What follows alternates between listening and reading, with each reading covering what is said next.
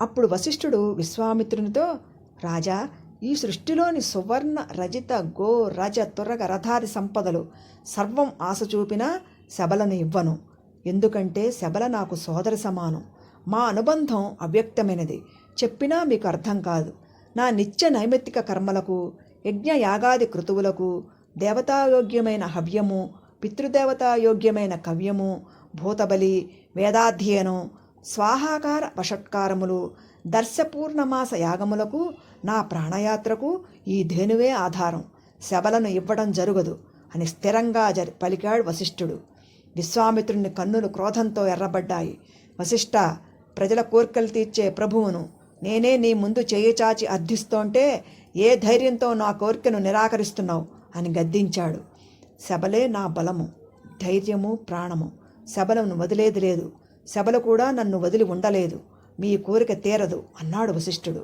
నా కోరిక ఎలా తీరదో, నిన్ను విడిచి శబల ఎలా ఉండలేదో నేను చూస్తాను అని పలికి, శబలను త్రాళ్లతో బంధించి తీసుకురండి అని తన భటులను ఆదేశించాడు. వశిష్ఠుడు కలవరపడుతూ, విశ్వామిత్ర, అమ్మలా ఆదరించి అన్నం పెట్టిన చేతికి అపకారం చేయటానికి సిద్ధపడుతున్నావు. ఫలితం అనుభవిస్తావు అన్నాడు. ఈ బెదిరింపులకు భయపడడి గాధేయుడు అని విశ్వామిత్రుడు అంటోంటే భటులు శబలను త్రాళ్లతో బంధించి తీసుకొచ్చారు. విశ్వామిత్రుడు విజయగర్వంతో అడుగు ముందుకు వేశాడు. భటులు శబలను నాక్కుంటూ తీసుకుని వెడుతున్నారు. దీనంగా వశిష్ఠుని వంక చూస్తూ వెడుతున్న శబల మనసులో పలు రకాల ఆలోచనలు. రాజభటులు నన్నింత క్రూరంగా ఈడ్చుకుని తీసుకుపోతుంటే వశిష్ఠుడు చూస్తూ ఊరుకున్నాడేమిటి? నేను ఇంతవరకు ఋషిద్రోహం కానీ పాపకార్యం కానీ చేసి ఎరుగనే, మరెందుకు వశిష్ఠుడు నన్ను వదిలేశాడు? వెళ్ళి ఆయననే అడుగుతాను అనుకుని భటుల బంధాల నుండి తప్పించుకొని కన్నీళ్లతో వశిష్ఠుని దగ్గరకు వచ్చి, బ్రహ్మర్షి, ఏ నేరం చేశానని నన్ను పరిచయించావు అని మేఘగర్జన వంటి స్వరంతో పలికింది. శబల, నీలో ఏ దోషమూ లేదు, పాపమూ లేదు. నీవు నాకు ఏ అపకారమూ చెయ్యలేదు.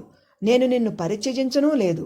నాకన్నా బలవంతుడైన రాజు నిన్ను బంధించి తీసుకుపోతుంటే అడ్డుకొనలేని నిస్సహాయ స్థితిలో మౌనం వహించి ఊరుకున్నాను అని వశిష్ఠుడు పలుకుతోంటే, బ్రహ్మర్షి, నీ బ్రహ్మబలం ముందు అతని క్షత్రియ బలం అధికమేమీ కాదు.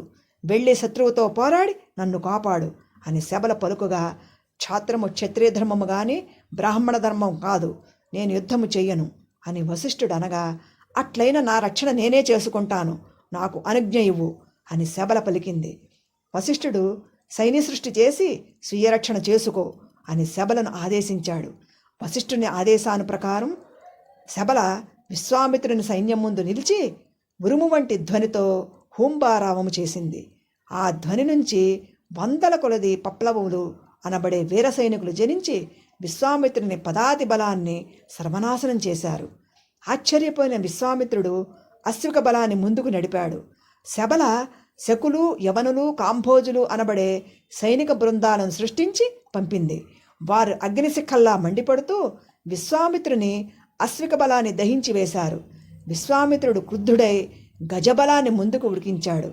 శబల తన రోమకోపముల నుండి హరీతులు, కిరాతులు, మ్లేచ్చులను సృష్టించి మొత్తం గజబలాన్ని, రథబలాన్ని కూడా చంపివేసింది.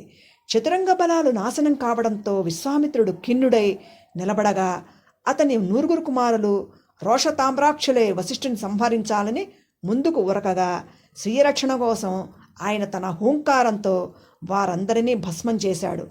అంతవరకు ఓటమీరుగని విశ్వామిత్రుడు తన కనుల ముందే నూరుగురు పుత్రులు నిహతులు కావటంతో ఓటమి భారంతో సిగ్గుచెంది తలెత్తి వశిష్ఠుని వంక చూడలేక రాహుగ్రస్త సూర్యబింబంలా కాంతిహీనుడై కోరలు తీసిన పాముల నెమ్మదిగా నడిచి తన రాజభవనం చేరుకొని మిగిలి ఉన్న ఒక్క కుమారునికి పట్టాభిషేకం చేసి క్షత్రియ ధర్మానుసారం ప్రజాపాలన చెయ్యి అని చెప్పి భార్యాసహితుడై హిమాలయాలు చేరి ఈశ్వరానుగ్రహం పొందాలని తపోదీక్ష వహించాడు.